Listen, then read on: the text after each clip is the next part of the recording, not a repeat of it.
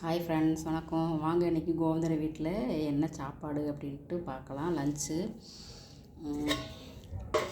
சுட சுட white rice,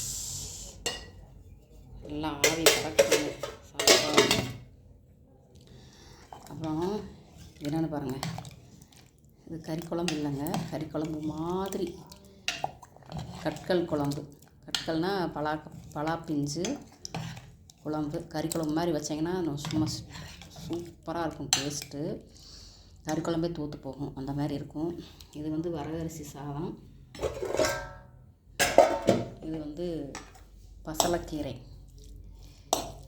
நம்ம கார்டனில் பறித்த பசலைக்கீரை.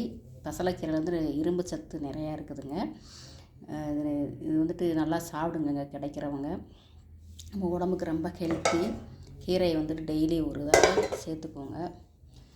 இட்லி தோசைக்கு எல்லாமே இந்த குழம்பு செட் ஆகும். நீங்களும் செஞ்சு சாப்பிடுங்க. வாங்க இப்போ கோவிந்தர் வீட்டில் சாப்பிடலாம். பாய்ங்க, சீயுங்க.